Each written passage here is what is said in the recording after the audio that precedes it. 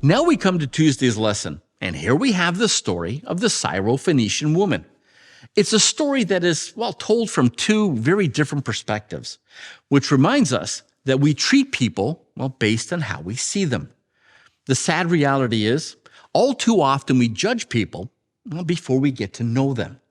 We see somebody with wealth and we might be tempted to think, they're greedy.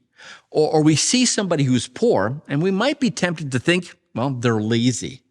Or we see somebody who is beautiful and you might be tempted to think, they're vain. Or you see somebody who doesn't care about how they look and you might think, that person's a rebel. All too often we make assumptions about people without really getting to know them first. Enter the Syro-Phoenician woman. And depending on the audience, people made assumptions about who she was. What we know was that, she was Syro-Phoenician, and she was a woman whose child was sick. We also know that she was either desperate or brave, and maybe a little of both. She knew from experience that Matthew's audience, the Jews, would have looked down on her, not only for being a woman, but they viewed her as, a Gentile dog.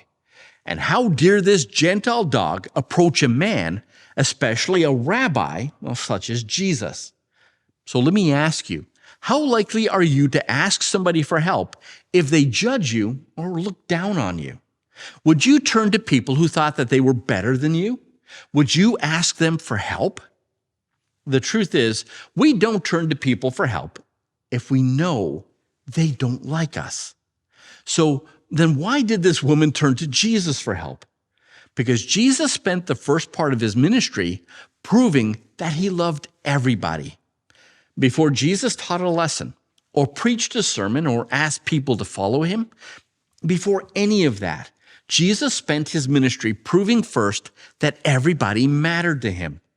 I've said this before, and I'll keep saying it.